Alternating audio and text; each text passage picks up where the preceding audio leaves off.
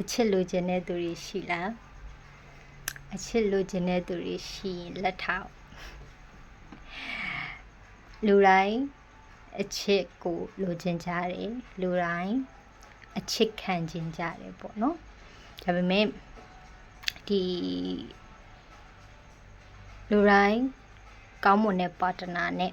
လက်တွဲပေါ်ပေါ့နော်လက်တွဲပေါ်နဲ့စုံချင်ကြတယ်တွေးချင်ကြတယ်ပေါင်းဖက်ချင်ကြတယ်ဒါပေမဲ့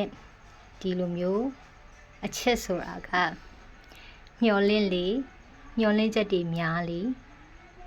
မရောက်လာလေထိုင်ဆောင်နေလေကြာလေ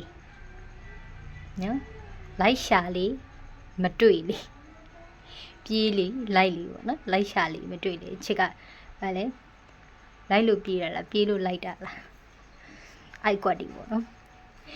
အဲ့တော့ဘယ်ချိန်မှာနော်ချစ်ချင်းမြတ်တာတွေရနိုင်တယ်ဆိုလို့ရှိရင်မမျော်လင့်တော့တဲ့အချိန်မှာပေါ့နော်ဘသူစီကအချစ်ခံရမလဲဆိုပြီးတော့မျော်လင့်နေတဲ့စိတ်တွေမရှိတော့တဲ့အခါမှာဘသူကိုချစ်မချစ်နော်ကိုကအဆင်ပြေတယ်သူများလာပြီးတော့ကိုမချစ်ပေးလဲကိုကအဆင်ပြေတယ်ဆိုတော့ကိုဘဝနဲ့ကိုနေတက်နေပြီကိုချစ်တက်နေပြီကိုဘာသာကိုချစ်ခံနေရတဲ့အတွက်နော်အဲ့လိုမျိုးချိန်နေကြလို့ရှိရင်ကိုဘယ်လိုပြောမလဲညှော်လင်းချက်တွေမထားတော့တဲ့အချိန်ထိုင်မဆောင်နေတော့တဲ့အချိန်ငါ့ကိုဘယ်သူလာချစ်မလဲငါ့ကိုချစ်ပေးကြပါဆိုပြီးတော့ထိုင်မဆောင်နေတော့တဲ့အချိန်မှာကိုနဲ့ကိုထိုက်တန်တဲ့ချစ်ချင်းမြတ်တာတွေနော်ပါတနာတယောက်ဒါတွေဟာရောက်လာတတ်တယ်တဲ့နော်နောက်ပြီးတဲ့ခါကျလို့ရှိရင်တစ်ချိန်တစ်ခါအစမပြေဥမာတစ်ချိန်တစ်ခါဒါမှမဟုတ်အချိန်ကြီးခါလေးဖြစ်ကောင်းဖြစ်မယ်ပေါ့နော်အစမပြေတိုင်းကိုကကောင်းတဲ့လူနဲ့မတွေ့ရတော့ဘူးလို့မတတ်မှတ်နဲ့ပေါ့နော်အဲ့ဒါကအဲ့လိုတတ်မှတ်လိုက်တဲ့အခါကျလို့ရှိရင်ဘာဖြစ်သွားလဲဆိုတော့ကိုရဲ့စိတ်နှလုံးကိုရဲ့နှလုံးသားတကားကိုပိတ်ထားလိုက်တယ်လို့ဖြစ်သွားတယ်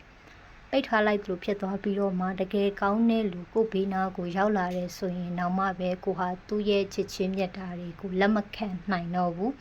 လက်မခံတတ်တော့ဘူးဆိုတဲ့ပုံစံမျိုးကြီးဖြစ်သွားတတ်တယ်ပေါ့နော်အဲ့တော့ဘလောက်ပဲနော်ပြောရရင်တော့ဘလောက်ပဲเนาะဒီကိုအနေနဲ့ချစ်ချင်းမြတ်တာပိုင်းမှာ relationship ဘိုင်းကြီးမှာ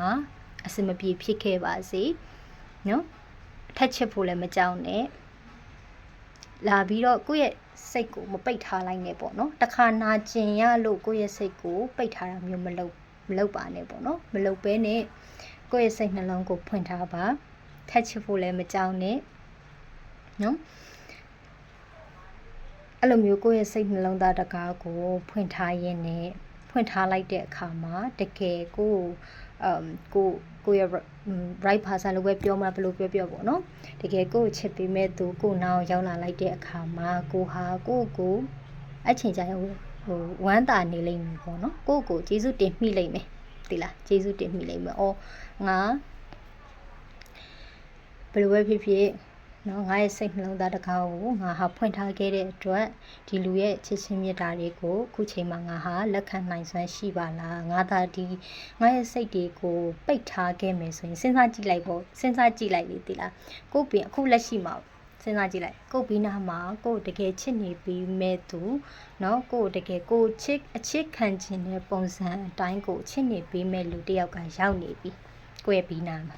ဒါပေမဲ့ကိုကအဲ့ဒါကိုလက်မခံနိုင်ဘူးဆိုရင်ဘယ်တော့နှမျောဖို့ကောင်းနေပေါ့နော်စဉ်းစားကြည့်နေတာဟိုမှာစိတ်ထဲမှာနှမျောတဲ့စိတ်ဖြစ်လိမ့်မယ်အဲ့တော့ကိုယ်နှလုံးသားတကားကိုဖွင့်ထားပါအချိန်ရလာတဲ့အခါမှာဒီလိုမျိုးကိုယ့်ရဲ့နှလုံးသားတကားကိုဖွင့်ပေးခဲ့လို့ကိုကျေးဇူးတင်လိုက်တာဆိုတဲ့အခိုက်အတန့်လေးတွေကိုစီကိုရောက်လာလိမ့်မယ်ဒီလိုမျိုးချစ်ချင်းမြတ်တာတွေကိုငါကလက်ခံနိုင်တဲ့အတွက်เนาะလက်ခံနိုင်တဲ့ receive လုပ်နိုင်တဲ့အတွက်လေเนาะ ဟာကိုငါကျေးဇူးတင်နေဆိုတဲ့ခိုက်တန်နေရောက်လာလိမ့်မယ်ပြီးတဲ့ခါကျရင်ကိုငါဟာပို့ပြီးကောင်းတဲ့ချစ်ချင်းမေတ္တာတွေနဲ့တွေ့ဖို့အတွက်နော်တချို့အချိန်တွေမှာနာကျင်ရတယ်ခံစားရတယ်ဆိုတာလေးကိုလေကိုဘာဖြစ်ပါဘောနော်ဒီလိုမျိုးနာကျင်ခံစားပိုကောင်းတဲ့ချစ်ချင်းမေတ္တာတွေရနိုင်ဖို့အတွက်တစ်ချိန်မှာကိုဟာနာကျင်ခံစားခဲ့ရတယ်ဒါပေမဲ့ဒီလိုနာကျင်ခံစားခဲ့ရပေမဲ့ကိုယ့်ရဲ့နှလုံးသားကိုဖွင့်ထားပြီးတော့ငါဟာဒီထက်ပိုကောင်းတဲ့ချစ်ချင်းမေတ္တာမျိုးနဲ့ထိုက်တန်တယ်လို့ကိုဟာကို